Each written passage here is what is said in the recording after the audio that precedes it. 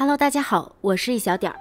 今天跟大家分享一款外皮酥脆，里面如冰淇淋一般细腻顺滑的甜点——酥皮泡芙。我们先来制作泡芙上面酥皮的部分。无盐黄油室温软化到能够轻易用刮刀推开的程度，加入糖粉，用刮刀拌匀到糖粉都被黄油吸收。筛入低筋面粉，用刮刀压拌至低筋面粉全部被吸收，没有干粉颗粒就可以了。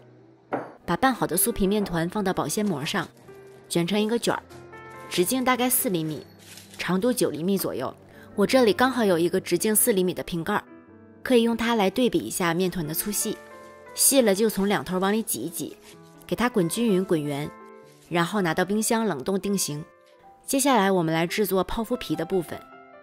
提前将低筋面粉过筛好，因为我们一会儿要趁液体沸腾的时候一次性全部加进去。在小奶锅中加入牛奶、无盐黄油、糖和一点点盐，小火加热，用刮刀搅拌帮助黄油融化。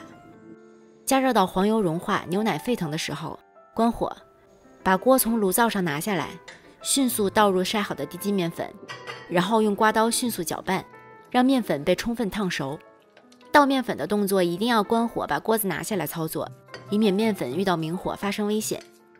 将面团拌至看不见干粉颗粒就可以了。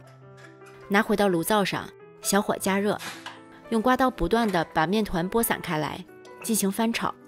这一步是为了让面粉充分糊化，这样它后面才能吸收足够的蛋液，才能在烤箱里充分膨胀。全程小火不断翻炒，直到看到锅底形成一层白色的膜就可以了。如果使用不粘锅是看不到这层膜的。如果你用不粘锅，小火炒大概1分30秒左右，面团不要炒过度了。炒好的面团盛到碗中，把面团拨散开来，方便它快速散热。冷却到面团稍微温热但不烫手就可以了。面团太热会把蛋烫熟，而太冷会不利于加鸡蛋后的乳化。这时候我们可以提前把烤箱预热到190摄氏度，感受一下面糊温度，稍微温热但不烫手就可以了。将2颗鸡蛋打散，鸡蛋最好要恢复到室温，这样有利于与面糊进行乳化反应，混合均匀。将鸡蛋少量多次地加入到面团中，用刮刀把鸡蛋搅拌至完全被吸收。注意，我们这里的鸡蛋不一定要完全加完，后面我们会根据状态来判断加多少鸡蛋。用刮刀这样切拌，方便鸡蛋快速被吸收。然后再一点一点地加，每次拌匀之后再加下一次。现在我用刮刀提起面糊，它是一坨，很粘稠，不会掉落，说明还需要继续加蛋液。泡芙主要靠鸡蛋受热后产生水蒸气，从而让它膨胀。如果鸡蛋液加的不够，泡芙就长不大；而如果加的太多，它本身的面粉组织支撑不起那么大的体积，就会塌掉。越到后来，鸡蛋越要每次少量的添加。现在我提起刮刀，面糊能够呈现一个倒三角，不过边缘还不是特别光滑，再加一点点调整一下。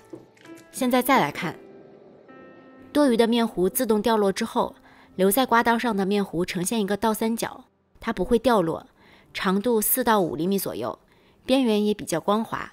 达到这样的状态，我们的面糊就可以了。最后我还剩了一点鸡蛋液，将裱花袋前面剪一个1厘米左右的小口，套在一个杯子上，然后将泡芙面糊装进去。我用一点面粉兑了一点水，做成了个浆糊，然后用我刚才的那个4厘米的瓶盖稍微蘸一点浆糊，印在放在烤盘上的烘焙纸上，这样就有了直径4厘米的标准化的参考。每个小圈之间要留充分的距离，泡芙会膨胀的比较多。将面糊挤在印好的圈内，裱花嘴要与烘焙纸之间留一定的距离，这样挤出来才饱满。挤面糊尽量一气呵成，不然泡芙容易东倒西歪的膨胀。将冻好的酥皮切成厚度为2到3毫米的薄片，如果切的时候会碎掉，说明冻得太硬了，可以室温回温一会儿，或者用微波炉加热5秒钟。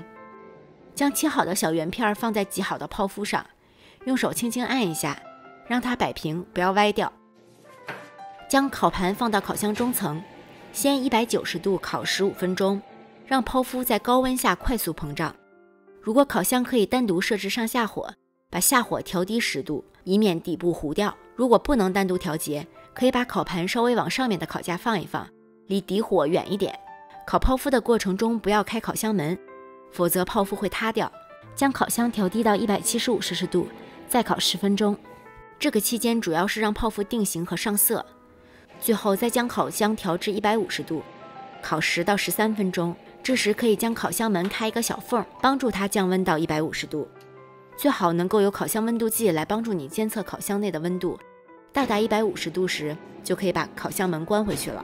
这个过程主要是烤干泡芙里面的水分，同时不要让它继续再上色。具体的烤制时间和温度还需要根据自己的烤箱进行磨合。泡芙出炉后，表面摸上去是干的、脆的，底部不会出现凹陷。如果凹陷，可能是底火过高或过低导致的。将烤好的泡芙转移到网架上晾凉。这期间我们来制作香草卡士达奶油馅儿。内馅儿也可以提前制作好，2颗鸡蛋黄，加入糖，用单抽打到糖基本溶解，蛋糊颜色变浅变浓稠，稍微有纹路的状态就可以了。筛入玉米淀粉，搅拌到没有干粉颗粒。小奶锅中加入牛奶，将香草荚从中间切开，用刀背刮出里面的籽，加入到牛奶中。香草荚也可以用香草精替代。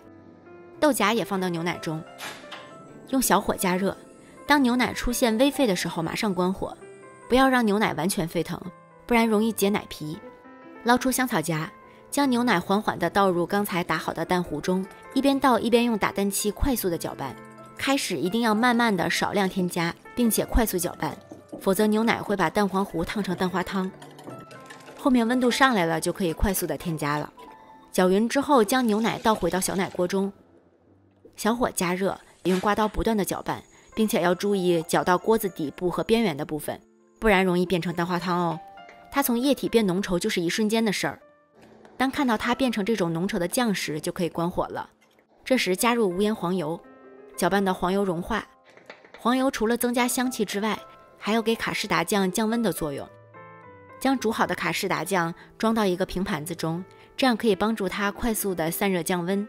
用保鲜膜贴面盖好，贴面可以防止它结皮和有水汽产生。然后拿到冰箱去冷藏，直到彻底冷却。等卡士达酱冷却好后，我们来打发奶油。用打蛋器中速打发，到这种表面出现一点纹路，但是还有流动性的状态就可以了。卡士达酱一定要彻底冷却，再与奶油混匀，不然会把奶油烫化掉。稍微搅拌一下，然后加入到打好的奶油中拌匀。可以用这种切拌的手法，快速把卡士达酱打散，就会比较容易与奶油融合了。拌到质地均匀就可以了。在泡芙底部用筷子或者裱花嘴戳一个洞，然后用裱花袋将做好的卡士达奶油馅打进去。当你感觉到整个泡芙都沉甸甸的时候，就说明里面已经充分的填满馅了。我们切开来看一下，用卡士达奶油馅会比用纯奶油口感更好，很像冰淇淋的口感，搭配酥脆的外皮，完全不会腻。填了馅的泡芙要尽快食用，因为泡芙皮会吸收内馅的水分，时间长就不脆了。如果不是马上吃，可以先不要打馅儿。谢谢大家的收看，如果你喜欢这个视频，请不要忘记帮它点赞、投币、转发、收藏，同时不要忘记关注我的频道哦。我是一小点，我们下期再见。